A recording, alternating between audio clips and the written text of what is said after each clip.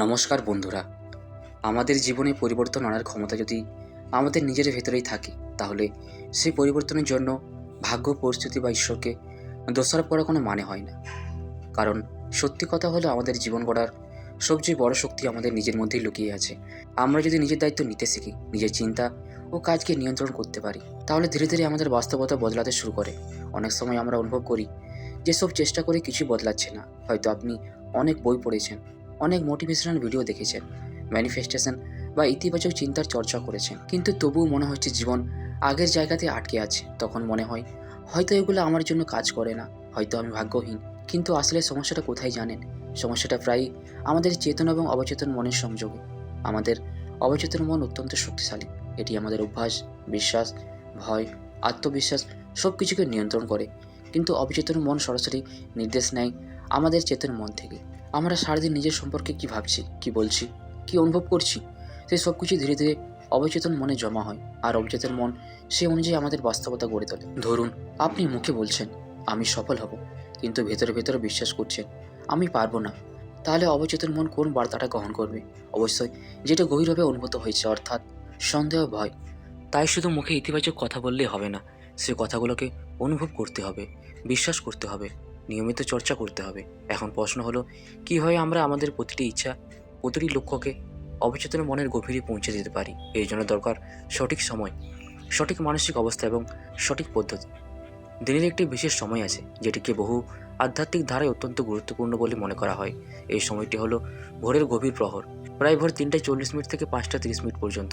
এই সময়টিকে অনেকে ব্রহ্ম মুহূর্ত বা অমৃত বেলা বলে থাকেন। বলা হয় এই সময় প্রকৃতি সবচেয়ে শান্ত থাকে, বাতাস বিশুদ্ধ থাকে এবং মন অত্যন্ত সংবেদনশীল অবস্থায় থাকে। ভোরের এই সময় আমাদের মস্তিষ্কের কার্যকলাপ একটু আলাদা থাকে। ঘুম থেকে সদ্য জাগার পর আমাদের মন পুরোপুরি ব্যস্ত হয়ে ওঠে না। তখন বাইরের দুশ্চিন্তা, ফোন, কাজ, দায়িত্ব এসব কিছু এখনও আমাদের মনকে দখল করে নেয়নি। এই সময় আমরা যা ভাবি তা অনেক বেশি গভীরে গিয়ে প্রভাব ফেলে। ধর্মীয় ও আধ্যাত্মিক দৃষ্টিকোণ থেকেও এই সময়কে অত্যন্ত পবিত্র বলা হয়। অনেকে বিশ্বাস করেন এই সময়ে প্রার্থনা, ধ্যান, জপ বা আত্মচিন্তা করলে তার প্রভাব অনেক বেশি হয়। কিন্তু এখানে মূল বিষয় ধর্ম নয়, মূল বিষয় হলো মনোসংযোগ এবং নীরবতা। যখন চারপাশ নিস্তব্ধ থাকে, তখন নিজের ভেতরের কণ্ঠস্বরকে শোনা সহজ হয়। এখন আসুন একটি কার্যকর পদ্ধতি নিয়ে আলোচনা করি। প্রথম ধাপ, ভোরে ওঠা। প্রতিদিন না পারলেও সপ্তাহে অন্তত 4 থেকে 5 দিন চেষ্টা করুন ভোর 3:40 থেকে 5:30 মধ্যে উঠতে। প্রথম দিকে কঠিন লাগবে, কিন্তু ধীরে ধীরে এটি অভ্যাসে পরিণত হবে। ঘুম থেকে উঠে প্রথম 10 থেকে 15 মিনিট কোনো মোবাইল, সোশ্যাল মিডিয়া বা অন্য কোনো বিভ্রান্তির দিকে যাবেন না। দ্বিতীয় ধাপ, নীরব বসা ও শ্বাসের প্রতি মনোযোগ। একটি শান্ত জায়গায় বসুন, হতে পারে ছাদে, বারান্দায় বা নিজের ঘরে। চোখ বন্ধ করে 5 মিনিট ধীরে ধীরে গভীর শ্বাস নিন। শ্বাস নেওয়ার সময় অনুভব করুন আপনি শক্তির সংগ্রহ গ্রহণ করছেন, আর শ্বাস ছাড়ার সময় অনুভব করুন আপনি ভয় ও দুশ্চিন্তা ছেড়ে দিচ্ছেন। তৃতীয় ধাপ, কৃতজ্ঞতা প্রকাশ।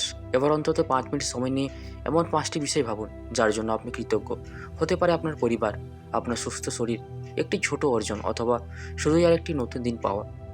কৃতজ্ঞতা মনকে ইতিবাচক কম্পনে ভরিয়ে দেয়। চতুর্থ ধাপ, আপনার লক্ষ্য লিখিয়ে পড়ে শোনানো। একটি ডায়েরি রাখুন, সেখানে আপনার লক্ষ্যগুলো এমনভাবে লিখুন যেন সেগুলো ইতিমধ্যেই পূরণ হয়েছে। যেমন, আমার আয় আগের চেয়ে অনেক বেড়েছে, আমি আমার কাজের মাধ্যমে মানুষের উপকার করছি, আমার পরিবার সুখী ও সুস্থ।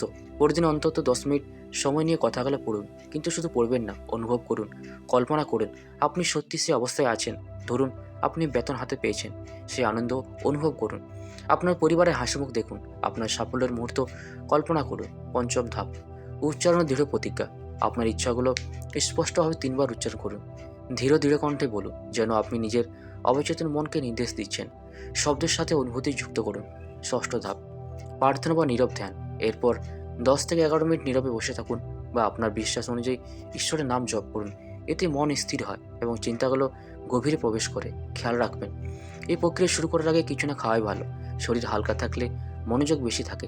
স্নান করা বাধ্যতামূলক নয়, তবে পরিচ্ছন্নতা ও মানসিক পবিত্রতা বজায় রাখা জরুরি।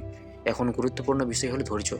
অনেকেই 1-2 দিন করে ফল না পেয়ে ছেড়ে দেন, কিন্তু মনে রাখবেন, বছরের পর বছর ধরে গড়ে ওঠা বিশ্বাস ও অভ্যাস একদিনে বদলায় না। নিয়মিত অনুসরণ করলে ধীরে ধীরে আপনি পরিবর্তন অনুভব করবেন।